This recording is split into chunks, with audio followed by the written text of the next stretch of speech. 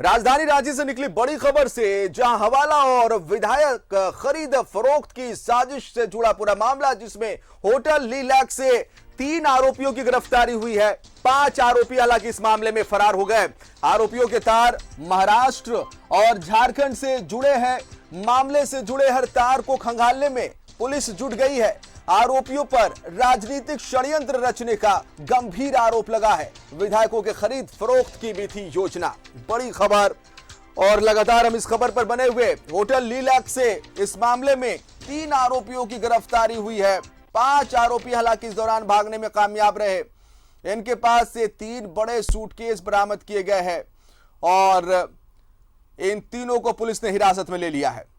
विधायकों की खरीद फरोख्त की साजिश से जुड़ा यह मामला है और लगातार इस मामले को लेकर झारखंड की पुलिस छापेमारी अभियान चला रही थी। सघन वाहन चेकिंग अभियान चलाए जा रहे थे। लगातार पुलिस इस फिराक में थी। जो इनपुट्स पुलिस को मिल रहे थे, हवाला कारोबार से जुड़े मामले को लेकर भारी और बड़ा कैश झारखंड में आ सकता है, राजधानी रांची में आ सकता है। इस मामले को लेकर पुलिस लगातार एक्टिव थी। छापेमारी अभियान चलाए जा रहे थे। हालांकि इससे पहले वो तमाम छापेमारी अभियान में पुलिस को कुछ खास सफलता नहीं मिली थी, लेकिन आज जो खबर निकली है वो बड़ी खबर है और झारखंड की राजनीति से ये खबर जुड़ी है और काफी अहम खबर है। क्योंकि सत्ता पक्ष की अगर बात करेंगे, थोड़ी देर पहले हमने आपको एक बयान सुनाया था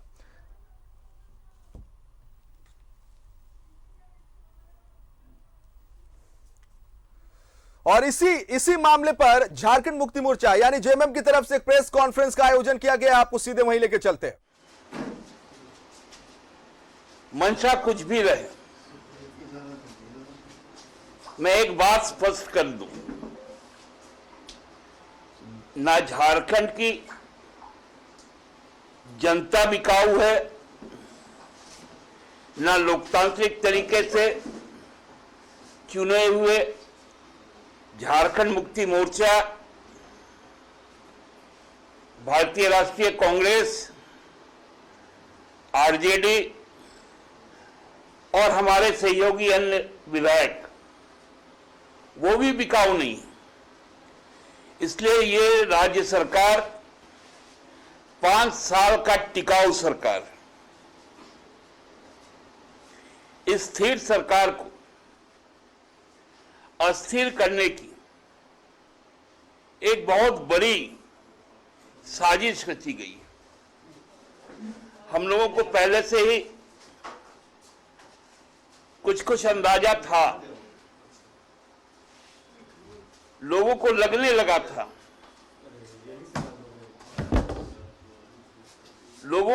लगा था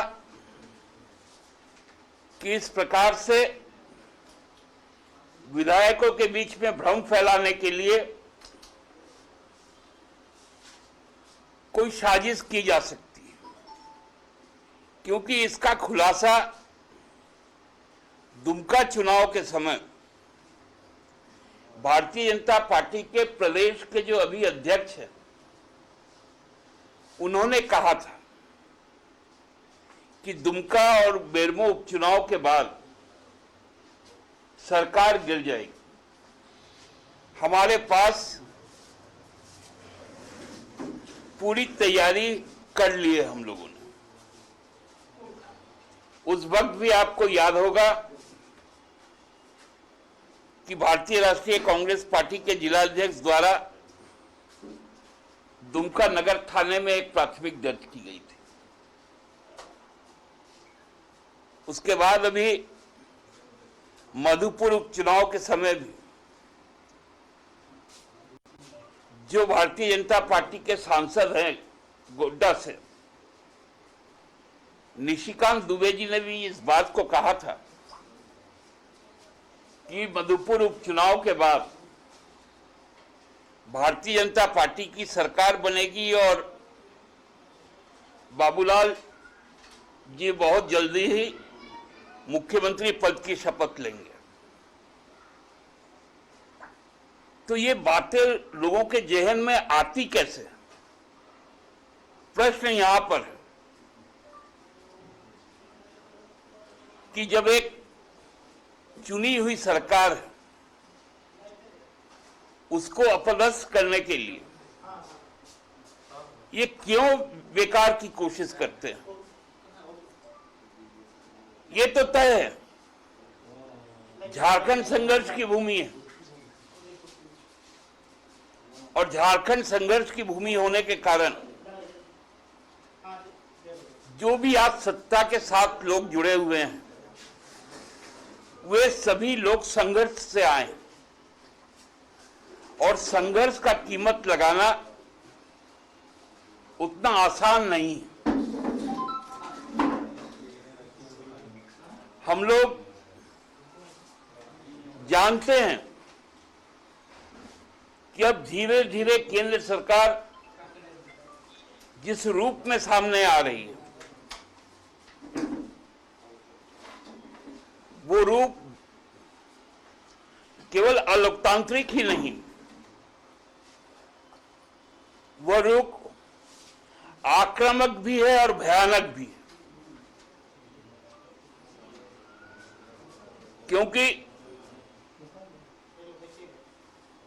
पेगासस के बाद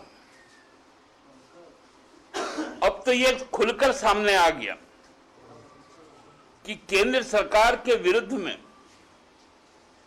आप यदि कोई भी नीतिगत सवाल उठाते हैं, नीतिगत बातें करते हैं, तो आपको जवाबदेही बनाया जाएगा, आपको प्रताड़ित भी किया जाएगा। ये केवल विपक्षी दलों पर नहीं, पत्रकारों पर भी लागू है, कुछ उद्योगपतियों पर भी लागू है, कुछ नौकरशाहों पर भी लागू है, और कुछ तो कुछ भाजपा के अपने मंत्रियों पर भी लागू।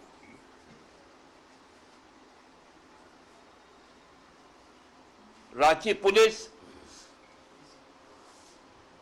ने जो अभी तक बातें बताई हैं, देखिए, सीपी सिंह जी की बात को ही लेकर यदि हम चले, तो जब होटलों में छापा पड़ा, तो यदि सब कुछ सही रहता, तो ये सामान छोड़ के भागने की जल्दी क्यों रहती?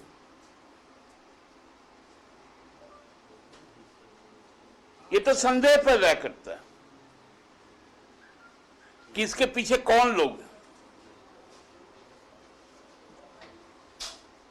क्योंकि ये सामान्य घटना नहीं है। मैं यदि किसी होटल में ठहरा हूं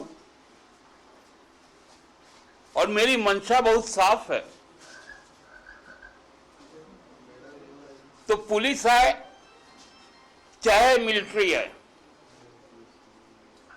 मैं भागूंगा क्यों? यही तो संदेह का कारण कि कुछ लोग भाग गए, कुछ लोग भाग नहीं पाए,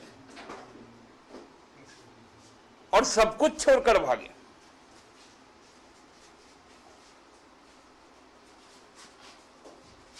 तो इसलिए ये साधारण घटना नहीं है।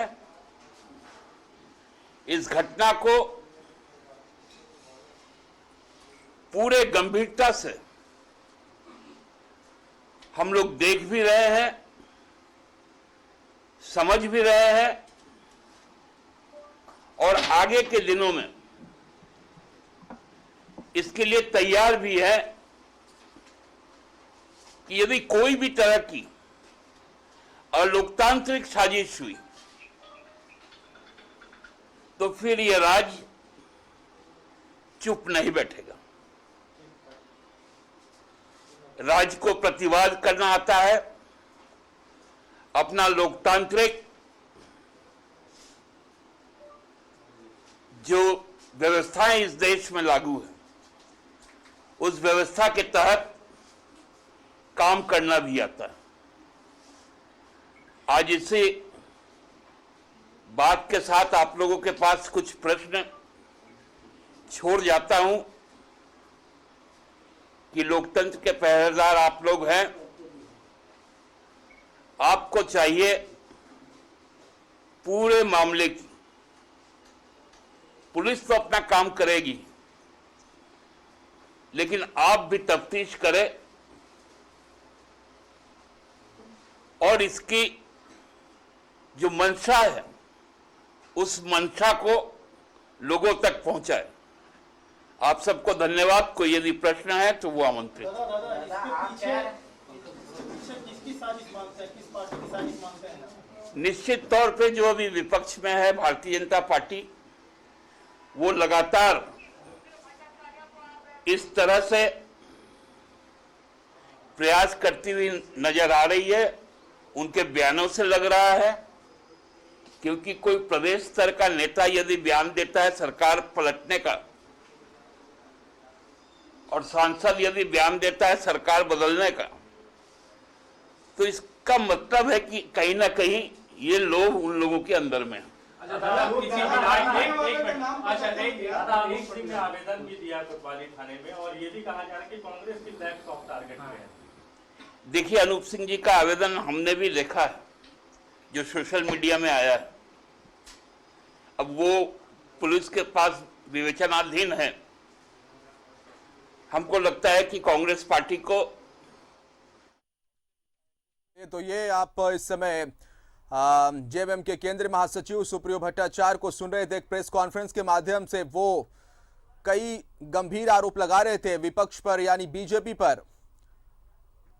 तो बड़ी खबर राजधानी रांची से निकली। एक बार फिर से अपने दर्शकों को हम बता दें कि हवाला कारोबार मामले में पुलिस ने बड़ी कार्रवाई की है और होटल लीलैक्स से 3 आरोपियों को फिलहाल गिरफ्तार किया गया, जिनसे पूछताछ आगे पुलिस करेगी। लेकिन कई सवाल यहां पर खड़े होते हैं। सवाल इसलिए भी क्योंकि इससे पहले भी हम इस खबर पर बने हुए थे, जब लगातार हवाला कारोबार से जुड़े मामले को लेकर पुलिस कई जगहों पर, कई ठिकानों पर छापेमारी अभियान चला रही थी और